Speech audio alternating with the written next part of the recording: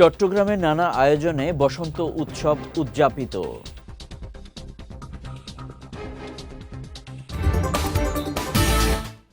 এবং রাউজানে র্যাবের অভিযানে পরিত্যক্ত দেশি বিদেশি অস্ত্র ও গুলি জব্দ।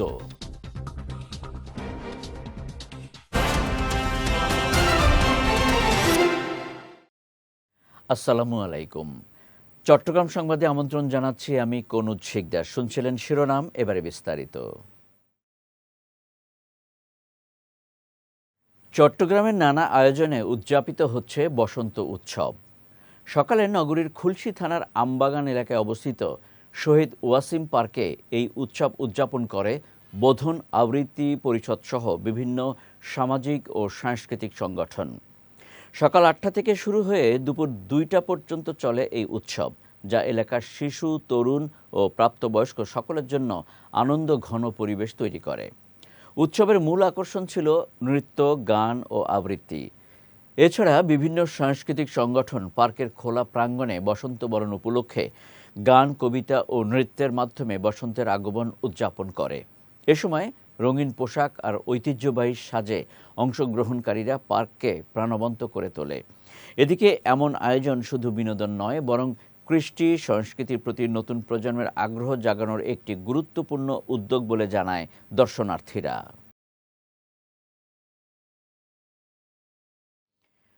চট্টগ্রামের রাউজান পৌর এলাকা থেকে পরিত্যক্ত অবস্থায় একটি দেশীয় তৈরি পাইপ গান, 4টি কার্তুজ ও 2টি পিস্তলের কার্তুজ জব্দ করেছে র্যাব।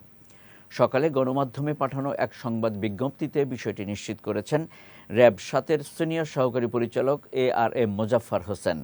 তিনি জানান, চট্টগ্রাম জেলার রাউজান পৌর এলাকায় অস্ত্রসহ বেশ কয়েকজন সন্ত্রাসী অবস্থান করছে। এমন সংবাদের ভিত্তিতে পৌরসভার 9 নম্বর ওয়ার্ডের রহমতপাড়া এলাকায় অভিযান চালিয়ে একটি দেশীয় তৈরি পাইপ গান, 4টি কার্তুজ, 2টি পিস্তলের কার্তুজ ও একটি লোহার পাইপ পরিত্যক্ত অবস্থায় জব্দ করা হয়। তবে এ সময় কাউকে আটক করা সম্ভব হয়নি। পরে জব্দকৃত অস্ত্র জেলার রাউজান থানা পুলিশের কাছে হস্তান্তর করা হয়। চট্টগ্রামে বিশ্ব ভালোবাসা দিবস আর বসন্ত উৎসব ঘিরে কর্মব্যস্ততায় দিন পার করছে পাইকারি ফুল বিক্রেতারা। আজ ভোর থেকে নগরীর চেরাগি পাহাড় এলাকায় গোলাপ, গাঁদা, রজনীগন্ধা সহ নানান ফুলের কেনাবেচা চলছে। ব্যবসায়ীরা জানান, নির্বাচনকে ঘিরে গত কয়েকদিন যাবৎ কিছুটা কম বিক্রি হলেও আজ ভালোবাসা দিবস ও বসন্ত উৎসব ঘিরে বিক্রি বেড়েছে কয়েক গুণ। এদিকে ফুলের রাজ্যে হারিয়ে উচ্ছ্বসিত আগন্তুক ক্রেতারা। তবে গেল বছরের চেয়ে এবার দাম কিছুটা বেশি বলে জানান বিভিন্ন প্রান্ত থেকে আসা ক্রেতারা। ত্রয়োদশ জাতীয় সংসদ নির্বাচনে কক্সবাজার 4 আসনের ঘোষিত ফলাফল প্রত্যাখ্যান করে ভোট পুনর্গণনার দাবি জানিয়েছেন জামায়াতে ইসলামী মনোনীত সংসদ সদস্য প্রার্থী নূর আহমদ আনোয়ারি। গতকাল কক্সবাজার জেলা জামায়াত কার্যালয়ে আয়োজিত এক সংবাদ সম্মেলনে তিনি এই দাবি জানান। বলেন, বেসরকারি ফলাফলে তার সঙ্গে বিজয়ী প্রার্থীর ব্যবধান দেখানো হয়েছে মাত্র 1.549 ভোট। অন্যদিকে একই আসনে মোট 4,899টি ভোট বাতিল ও আপত্তিকৃত হিসেবে গণ্য করা হয়েছে, যা অত্যন্ত উদ্বেগজনক ও অস্বাভাবিক। তিনি আরও বলেন, পুনঃগণনার মাধ্যমে যদি জনগণের প্রকৃত রায় প্রকাশ পায়, সেটি গণতন্ত্রের সঠিক প্রতিফলন হবে। সম্মেলনে উখিয়া উপজেলা আমির আবুল ফজল, রফিকুল্লাহ, জামায়াত নেতা শাহজাহান সহ জেলা ও উপজেলা পর্যায়ের নেতাকর্মীরা উপস্থিত ছিলেন।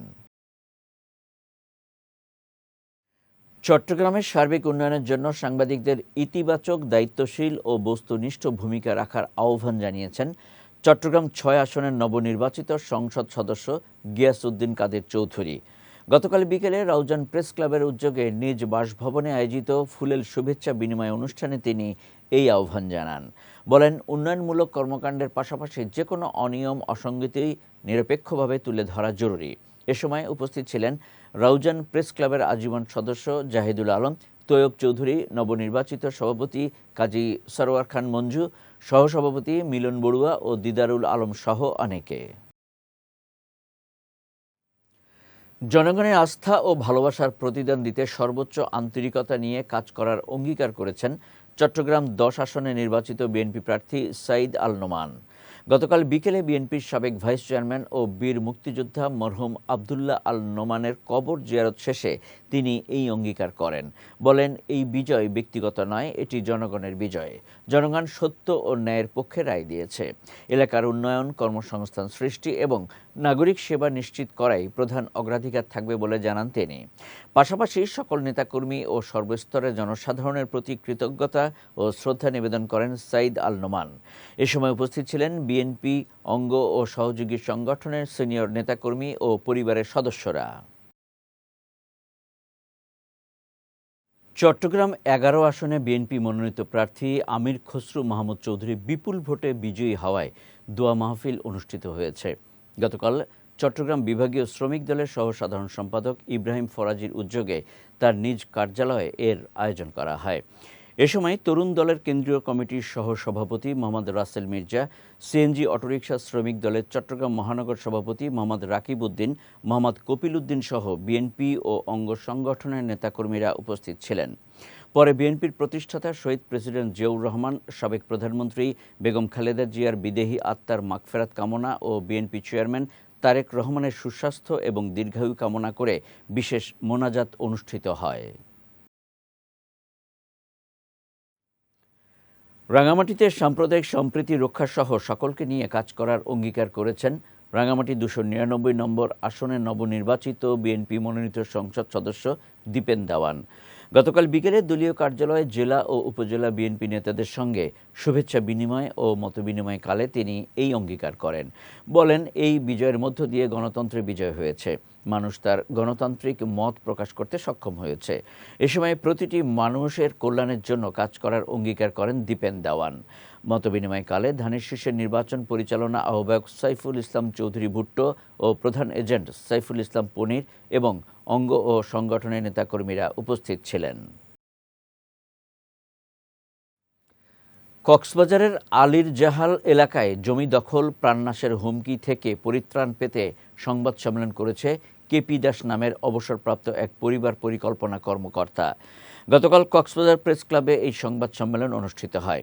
সম্মেলনে তিনি অভিযোগ করে বলেন, কক্সবাজার পৌরসভার ৫ নম্বর ওয়ার্ডের সাবেক কাউন্সিলর সাহাবউদ্দিন শিকদার ও তার ভাই ২০ লাখ টাকা চাঁদা দাবি করেন। চাঁদা না দেয়ায় সশস্ত্র হামলা করে তার ৪ শতক জমি জবরদখল করেন। এ নিয়ে পুলিশের কাছে অভিযোগ করায় ক্ষিপ্ত হয়ে ভুক্তভোগীকে প্রাণনাশের হুমকি দেন অভিযুক্তরা। তবে এখন পর্যন্ত আইনগত কোনো প্রতিকার পাননি বলেও জানান ভুক্তভোগী। এ ব্যাপারে প্রশাসনের ঊর্ধ্বতন কর্তৃপক্ষের হস্তক্ষেপ কামনা করেন কেপি দাস। দেশে বিদেশে শান্তি, সম্প্রীতি ও নৈতিকতা রক্ষায় সকলকে একযোগে কাজ করার আহ্বান জানিয়েছেন বাংলাদেশ সুপ্রিম পার্টির চেয়ারম্যান ও গাউসিয়া রহমান মঞ্জিলের সজ্জাদানশীন সৈয়দ সাইফুদ্দিন আহমেদ আল হাসানি। গতকাল ফটিকছড়ি মাইজভান্ডার দরবার শরীফের বাবাজানের রওজা মোবারক সংলগ্ন নতুন বাড়ি ও দরবার কনভেনশন হলে সৈয়দ সদরুল উলা মাইজভান্ডারী প্রকাশ চেয়ারম্যান বাবাজানের চেহলাম শরীফ অনুষ্ঠানে তিনি এই আহ্বান জানান। এ সময় সৈয়দ নজরুল হুদা, গাউসিয়া হাদি মঞ্জিলের সজ্জাদানশীন সৈয়দ শামসুল কবির ঝারুমিয়া, গাউসিয়া সোভান মঞ্জিলের সজ্জাদানশীন সৈয়দ গোলাম মোর্শেদ সহ অনেকে উপস্থিত ছিলেন। চট্টগ্রামের রাউজানে ইসালে সওয়াব উপলক্ষে খাতমে কুরআন, খাতমে বুখারি, খাতমে গাউসিয়া শরীফ, মিলাদ ও দোয়া মাহফিল অনুষ্ঠিত হয়েছে।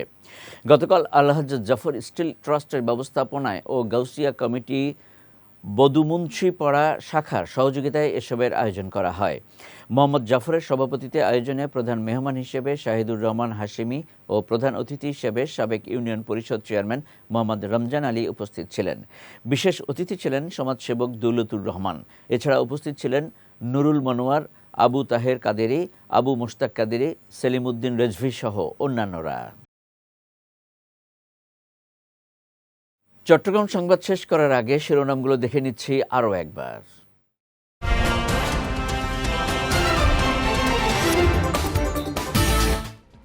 চট্টগ্রামে নানা আয়োজনে বসন্ত উৎসব উদযাপিত।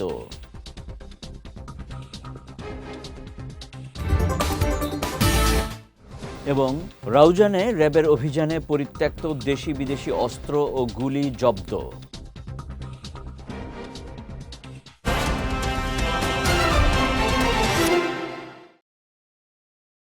চট্টগ্রাম সংবাদ শেষে আজকের মতো আমি কনুজ শিকদার আপনাদের কাছ থেকে বিদায় নিচ্ছি। রাত ৯টায় আমাদের পরবর্তী বিজয় রাতের সংবাদ দেখার আমন্ত্রণ রইল।